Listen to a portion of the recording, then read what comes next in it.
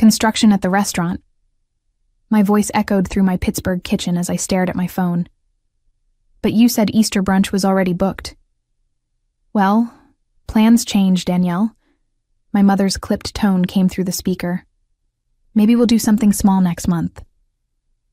My name is Danielle Holloway. I'm 36. And for as long as I can remember, I've been the family's forgotten footnote. I work as an environmental consultant at Amberlin Ventures, making decent money auditing industrial sites. But to my family, I might as well be invisible. They've perfected the art of scheduling around me, not with me. Understood, I said automatically. It was always easier to just go along. As I hung up, I caught my reflection in the kitchen window. Brown eyes dulled by resignation, shoulders slumped in defeat. When did I become so small? I shook off the thought. Though something didn't sit right about Easter being canceled with only a week's notice. The construction excuse felt flimsy, but I'd learned not to question the family narrative. I pushed aside my rising skepticism and texted my friends. At least they wanted me around. But as I typed, a nagging sensation crept up my spine, the same feeling I got when checking spreadsheets for hidden errors. Something was wrong, but I couldn't pin it down yet. Standing in my bathroom Sunday morning, I applied mascara and tried to ignore the hollow feeling. Easter had always been important to our family. My grandmother's tradition of matching pastel outfits and her famous hot cross buns. Last year, I'd worn a lavender dress that nobody noticed. The year before, green. My sister Harper always got compliments, even when she showed up in jeans. You're overthinking it, I told my reflection. Katie, my cousin and closest family ally, had been oddly quiet lately. Usually, she'd text me details about the cancellation, maybe suggest we meet up anyway. But her silence felt different this time. At family gatherings, she was my buffer, the one person who remembered to include me in photos, to ask about my job. I remembered last Thanksgiving when my Aunt Patricia asked if I was still doing that environmental thing. Katie had jumped in. She's auditing major companies. It's important work. My mother had just nodded absently, then turned to discuss Harper's latest interior design project. My phone buzzed, texts from my friends confirming brunch at the North Peak Grill. At least someone wanted my company. I slipped into a soft blue dress, telling myself this was better anyway. No forced small talk, no competing with Harper's latest achievements. Just mimosas and genuine conversation. Still, as I grabbed my keys, I noticed the family group chat, the one I'd been removed from 3 months ago when they switched to a smaller planning group. They'd claimed it was just for the holiday committee, but everyone was in it except me. The North Peak Grill hummed with Easter energy. My friends, Jules from yoga class and Brooke from the environmental board, welcomed me with genuine hugs. We settled at a sunny table, mimosas glinting like liquid gold. So your family canceled? Jules asked, stirring her drink. Construction, I said automatically, the lie tasting bitter on my tongue. Brooke raised an eyebrow. In April? That's odd timing. Right? I shrugged, deflecting. But my mom said... My phone lit up mid-sentence. A notification from Katie. My heart lurched. She never used the group chat when I was explicitly excluded. I grabbed my phone, nearly dropping it. Katie. Best private dining room ever. Below, a string of photos. My breath caught. The Goldspur Collective restaurant's private room, walls gleaming with Easter decorations. My mother at the head table, wearing her signature pearl earrings. My father in his Sunday suit. Harper, perfectly poised in cream-colored silk. Aunts, uncles, cousins. Even the Johnsons from next door. Everyone I'd just been told wouldn't be gathering today, seated at a massive table set with fine china and pastel flowers. My hands shook as I scrolled through the images. There was Grandma's Easter bread, the one she supposedly didn't have time to make this year. There were the matching pastel napkins my mother always insisted upon. There was my own empty place setting, right between Uncle Tom and Aunt Susan, pretending I simply didn't exist. Jules noticed my sudden pallor. "Danny, everything okay?" "Fine," I managed, my voice thick with shock. My fingers moved on autopilot, screenshotting each photo before Katie could delete them. The evidence mounted with each click, but the real sting came with Katie's next message. "Sorry, wrong group." Too late. The truth stared back at me from my phone screen. A carefully orchestrated lie designed to keep me away. My family hadn't just excluded me, they'd actively deceived me, then gathered to celebrate without me. The betrayal cut deeper than any accidental oversight ever could. I set my phone down with deliberate care, though inside something fundamental was shifting. For years, I'd accepted their treatment as thoughtless oversight. But this was intentional cruelty. My hands were steady as I lifted my mimosa, though every part of me wanted to scream. The private dining room in the photos mocked me, a space large enough to include everyone, yet somehow not big enough for me. I'd been erased from their Easter celebration as thoroughly as if I'd never existed, but now I had proof of their deliberate deception, and something told me this evidence would become crucially important. The weeks after Easter were torture. Each family member continued acting as if nothing had happened. My mother called once to criticize my silence lately, but never mentioned Easter. Harper texted a selfie from her new apartment, complete with matching throw pillows. Not one word about the gathering. I went about my days at Amberlin Ventures, auditing environmental compliance reports, but my mind kept drifting to those screenshots. I'd saved them in a separate folder titled Project Family Reunion. I wasn't sure yet what I'd do with them, but they felt like ammunition I might need. At work, my boss Preston noticed my distraction during our weekly meeting. "Everything okay, Danielle? You seem elsewhere today." "Just some family stuff," I managed. Preston nodded knowingly. "Family's complicated. Take care of yourself." His kindness almost broke me. Why couldn't my actual family offer such basic consideration? I excused myself to the bathroom, looking at the screenshots again, trying to understand how they could be so cruel. The worst part wasn't even being excluded. It was being so thoroughly erased that my own cousin could accidentally include me in photos meant for someone else. 2 weeks passed. My phone rang Saturday morning, an unknown Pittsburgh number. Heart racing irrationally, I answered. "Danielle, it's Aunt Patricia. We're planning Memorial Day lunch at the club. You'll come, right?" The casual request felt like stepping into quicksand. "The club?"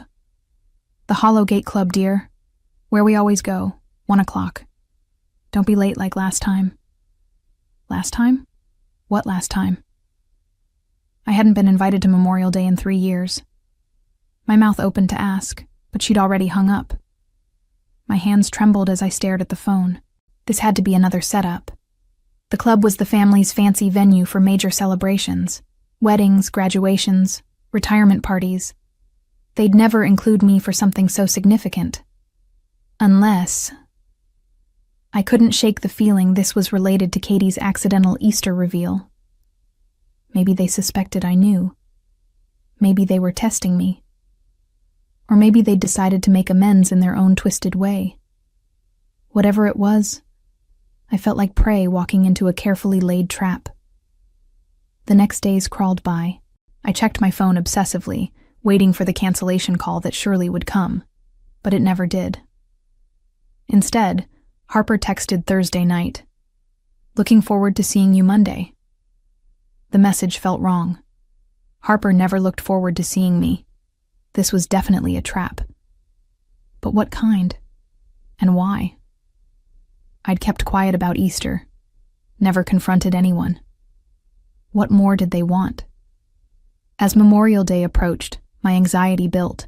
I tried focusing on work, but even my environmental audits couldn't distract me.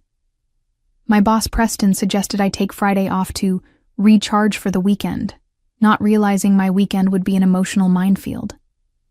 I stood in my closet Friday evening, staring at clothes that might or might not matter. Should I dress up for a family event I wasn't actually invited to? Or would showing up prepared expose that I knew about their Easter deception? The screenshots on my phone seemed to pulse with importance.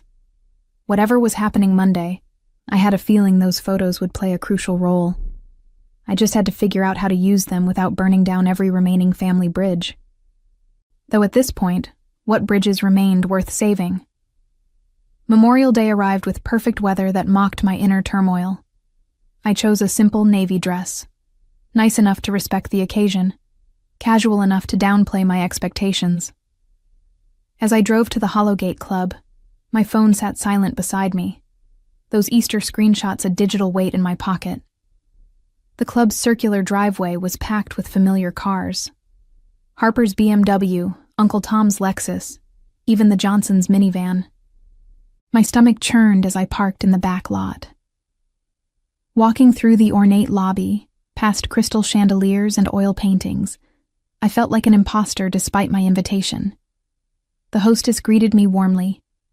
"Holloway party? Right this way." In the private dining room, my family was already seated around a massive table. My mother's eyes flickered over me dismissively before returning to her conversation with Aunt Patricia. Harper glanced up, offering a tight smile that didn't reach her eyes. Only Katie seemed genuinely pleased to see me, standing to give me a hug. "You made it," she whispered. "I wondered if you'd come." "Of course she came," my mother interjected coldly. "She's family." The word hung in the air like a challenge. My father nodded absently, already telling Uncle Tom about his golf game. I took the empty seat between Katie and my grandfather, who at least patted my hand. "Glad you're here, Danielle. Don't see you enough." "No," I said quietly. "You don't." The lunch proceeded with strained normalcy. Conversations swirled around me about people I barely knew, places I'd never been invited to visit. Harper dominated the discussion with her latest interior design triumph, some millionaire's lake house. "The client insisted on sustainable materials," Harper said meaningfully. "Maybe Danielle knows about that stuff." All eyes turned to me. The environmental consultant. How quaint, their expressions seemed to say. I opened my mouth to respond, but my mother cut in. "Oh, let's not bore everyone with work talk. This is family time." Family time. The words echoed mockingly in my head, bringing back every Easter photo. The private dining room, the elaborate table setting, the empty spot where I should have been. My fingers found my phone in my lap, thumb hovering over the photo folder. Just then, Uncle Tom's phone rang. He excused himself to take the call, returning minutes later with news that shifted everything. "Well, looks like we'll need to celebrate Cousin Robert's wedding after all. His fiancé's parents backed out of hosting. They want to know if we can step up."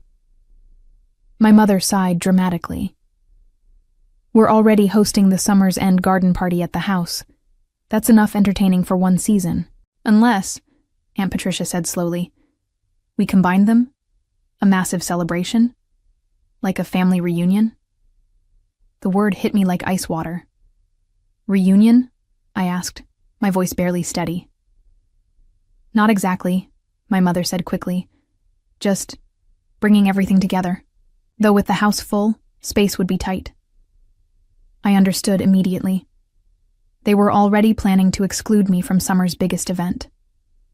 The memorial lunch was a test. See how much abuse I'd take before quietly removing myself from consideration. Let them down easy before the real celebration. My phone felt heavy in my lap. Those Easter screenshots suddenly seemed like more than just evidence. They were my salvation. But I needed to play this carefully.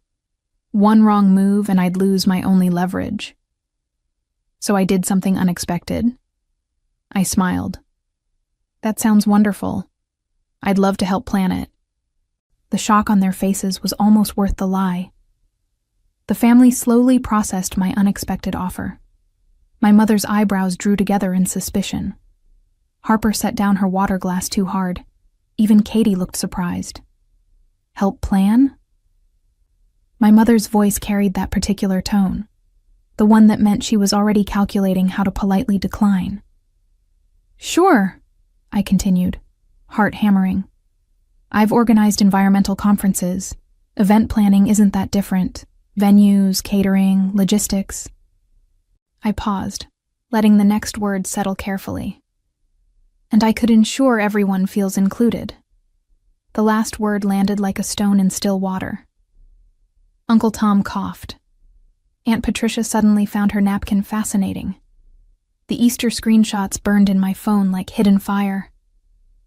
"That's thoughtful," my father offered weakly, glancing at my mother for guidance. "We appreciate the offer," my mother said smoothly. "But we have everything under control." The family gathering committee handled Robert's wedding planning, and they're quite experienced. The family gathering committee, also known as everyone except me. I felt the familiar sting but pressed forward. "Of course. I just meant if you needed any help." "Actually," Katie interrupted, looking guilty, "maybe Danielle could help with environmental considerations. Robert's fiancé is really into sustainability. She mentioned wanting everything eco-friendly." My mother's lips thinned. She couldn't argue with the bride's wishes without looking unreasonable. "I suppose we could discuss." "Wonderful," I said quickly. "Just let me know what you need." As lunch wound down, I excused myself to the restroom. In the ornate powder room, I stared at my reflection, pale, eyes bright with unshed tears and barely contained rage. I pulled out my phone, scrolling through the Easter photos again. The evidence that proved their elaborate deception, the ammunition I hadn't yet used. When I returned to the table, coffee was being served. I sipped mine quietly as the conversation shifted to summer plans. The lake house, various trips, children's camps, all events I'd never hear about firsthand. As I listened to their choreographed lives, a plan crystallized in my mind. "I should probably go," I said, standing. "Thank you for including me today."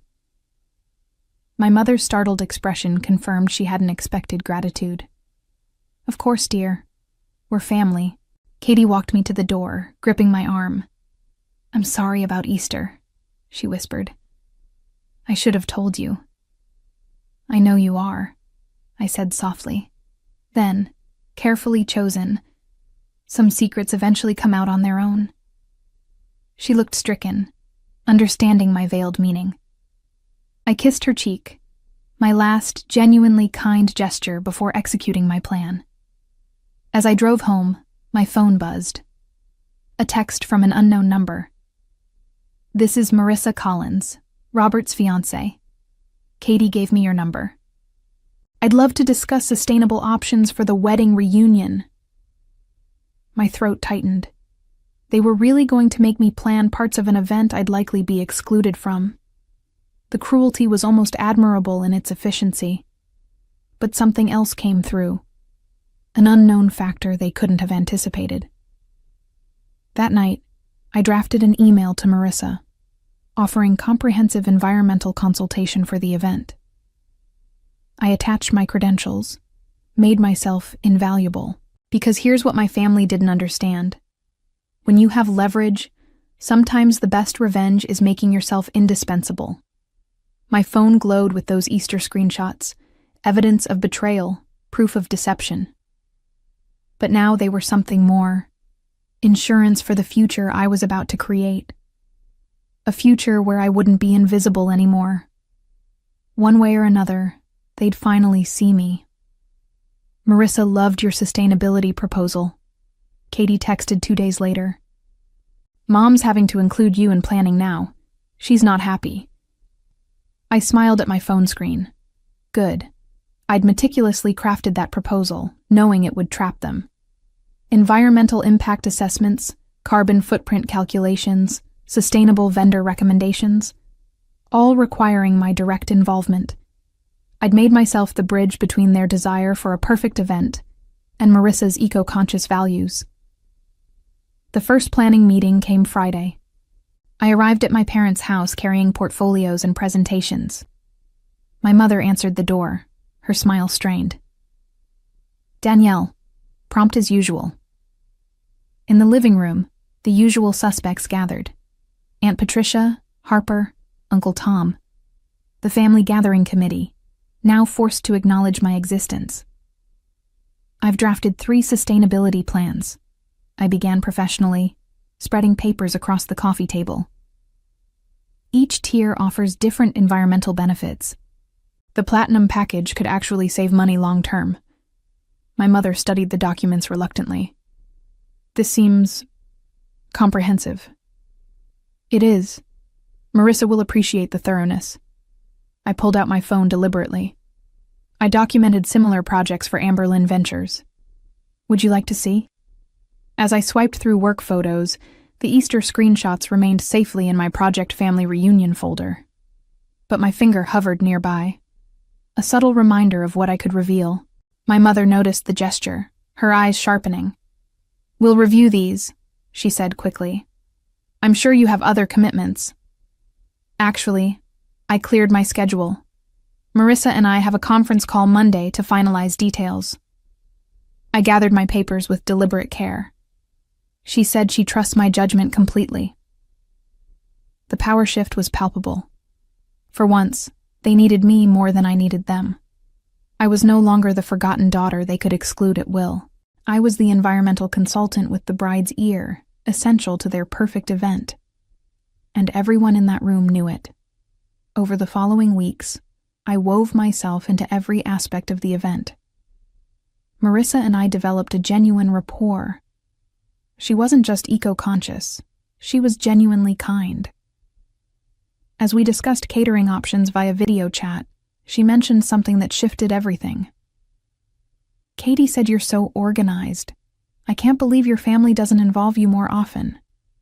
Her smile faltered. Oh, did I say something wrong? No, I assured her, though my mind raced. Actually, there's something you should know. I made a decision. Scrolling to my Easter photos, I turned my laptop screen toward her.